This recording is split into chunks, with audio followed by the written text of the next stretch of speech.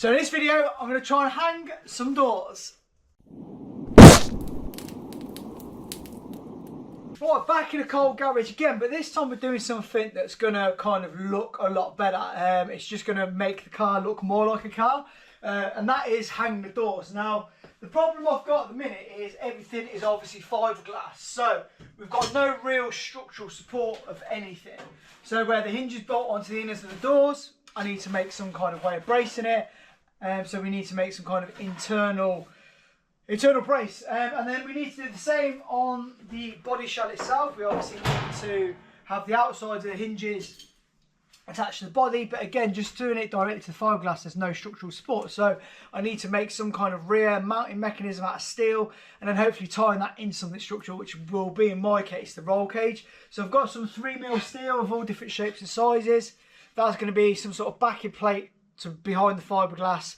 We're going to drill all of these through and then make some kind of mounting system. The other thing as well with hinges is you need some adjustability, so obviously it can't just bolt straight to it. I've got to work out a way of being able to move it around for adjustability to be able to hang the doors properly. These hinges I probably should add are not original 1932s. I did look at 1932 hinges, the replica ones, and you're talking £700 upwards. I think they're, in dollars, they're about $1,000, $1,200, something ridiculous money. Whereas these are £23 each, or £24 plus VAT. Now, obviously they're not ideal, but I also didn't want to have hidden hinges. I wanted something that kind of looked, at a glance, original. But if you look too long, obviously you can tell they're not, because they don't have the bending like a 32. But I can't justify that kind of money on just some hinges outside. It's not really going to change the look of the car overall massively. It's only going to be those Normans and Nigels that look at it and be like, oh, that's not original. But luckily, I'm avoiding Ford Focus meets for that. So yeah, should get away with it, to be honest. So plan is to get all these drilled up, make some kind of mounting mechanism that's adjustable. And yeah, hopefully by the end of the video have a, well, it's only going to be one because I can't get to the side, but have a fiberglass door basically hung in situ. That's the plan. But yeah, things don't always go to plan.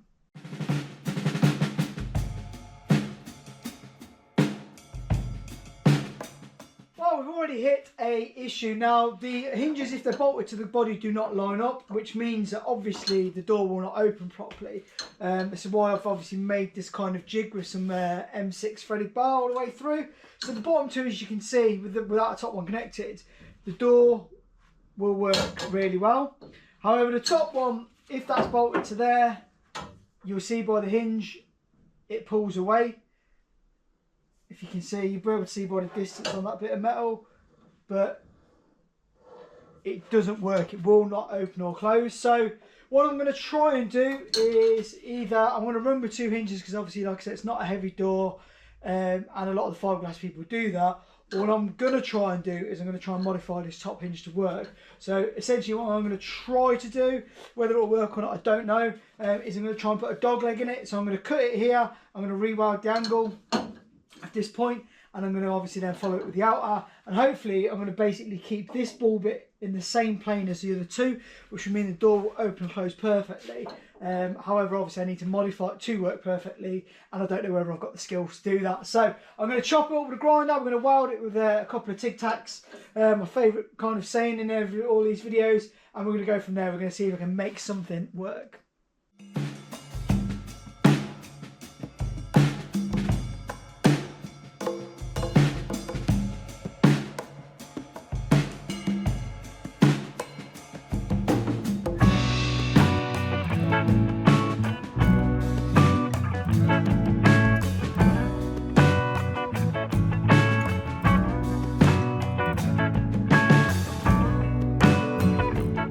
Four to 6 weeks later. So it has been a while since I've done any kind of updates on the car. Now the reason being is just I started the doors, realised it was an absolute pain in the arse. I've been at the doors realistically now for 5 weeks. I try to do it every day, but realistically it's just been an absolute bleep of a job. Like, it is what it is. I'm kind of looking at the videos, it takes me loads of time to edit them, and obviously like the view count isn't ridiculously high, so it's like, wow, I'm weighing up how long it takes me as opposed to kind of how much more time I can get on the car by not filming, and it does kind of make sense not to be filming kind of every day. So I've skipped ahead quite a lot. I'm going to show you the door, show you what I've been doing, and then probably going forward, what I might do is just do a load of work and then do kind of a catch-up video. Maybe instead of doing it weekly, like every 2-3 weeks, something like that.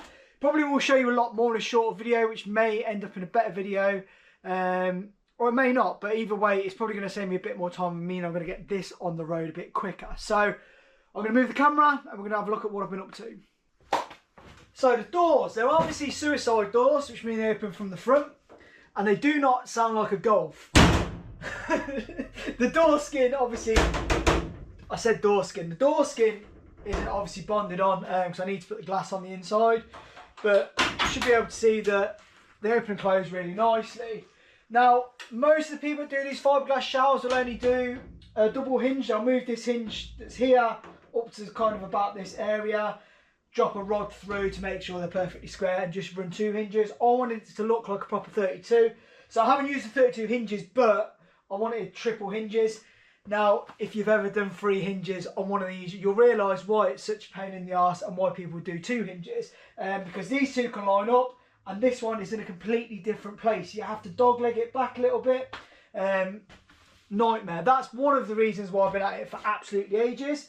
The other thing that I've done, which you won't be able to see because the door skins, I said door skins again, are on, well, covering, is the inner window track. Now there is a kind of a plastic piece that sits on the inside of this, which obviously covers everything nicely, but we've got the mechanism put in for the electric window, so obviously where the tracks bolt to is on this side of the door.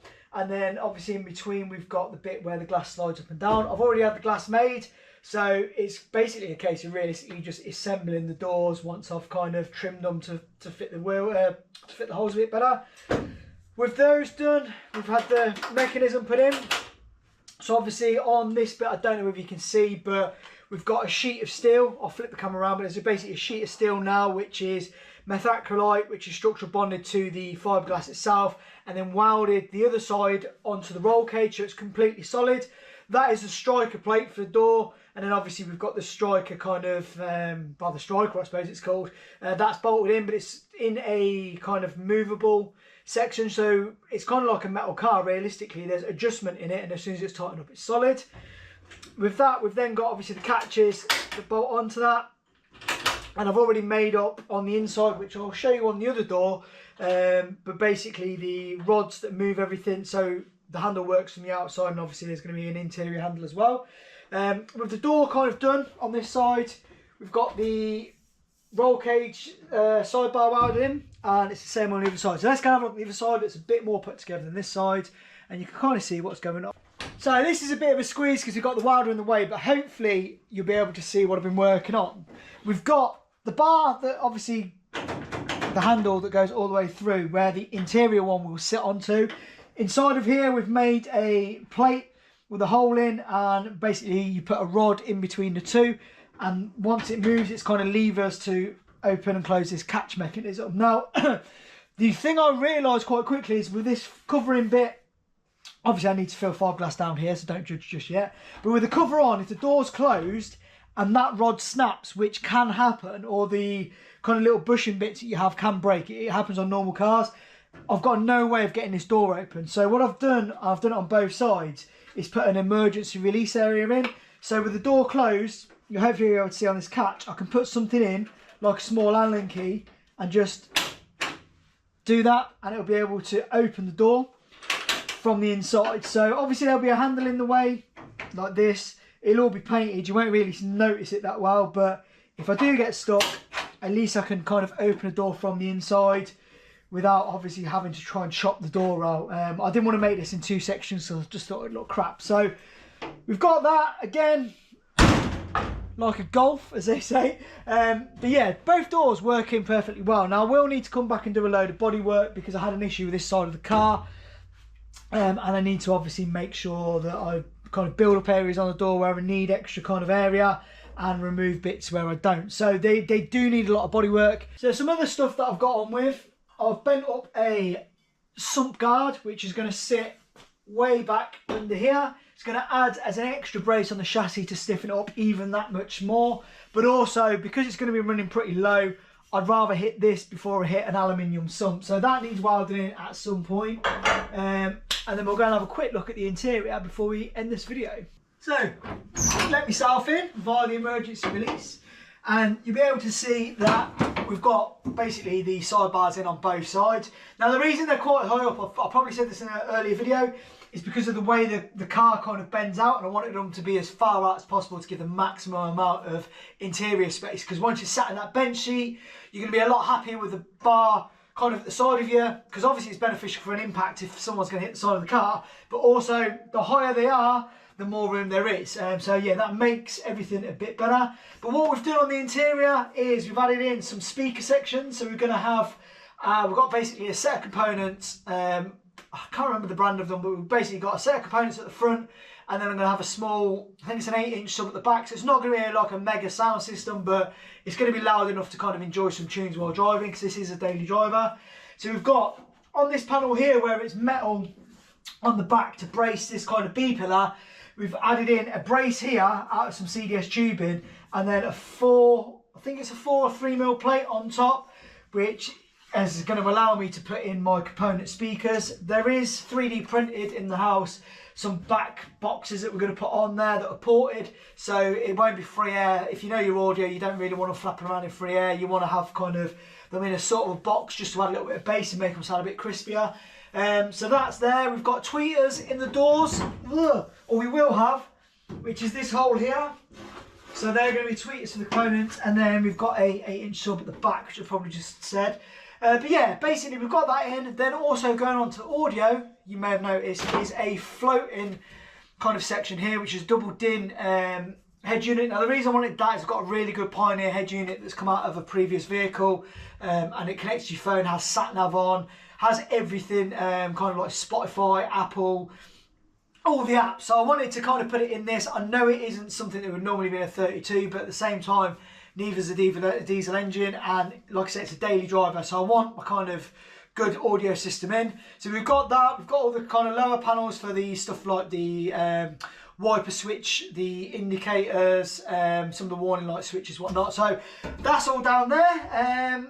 And yeah, we're pretty much now, the next video I may do, if it's not a recap, is we're working out the fueling system. So we've got 2 fuel filters. We've got a pre-filter, which is the fuel pump. So obviously there's one before the fuel pump. We've got high pressure. I can't remember how many litres. It's 2.7. It's a Bosch 044 style pump, so it's quite a lot. It flows a lot. And then obviously after that we've got another filter. So yeah, we've got to try and get 2 filters and a pump in somewhere there in that small area. All AN10 fittings, annoyingly, and then work out the routes to that. And then I've just got to go through all of this long list of just the interior stuff. So yeah, it's a pain in the backside, but it is what it is. But yeah, that's probably much of the recap as I can do for now. I apologise, it's probably a bit of a boring video because you're not seeing me do anything. But rather than just go completely like radio silent, I thought I'd just do kind of a recap of what I've been doing, and at least put some kind of video out there. So yeah, peace out, as all the best, whatnot, and hopefully see you in a couple of weeks when I've actually got some content to show you. So yeah, take care.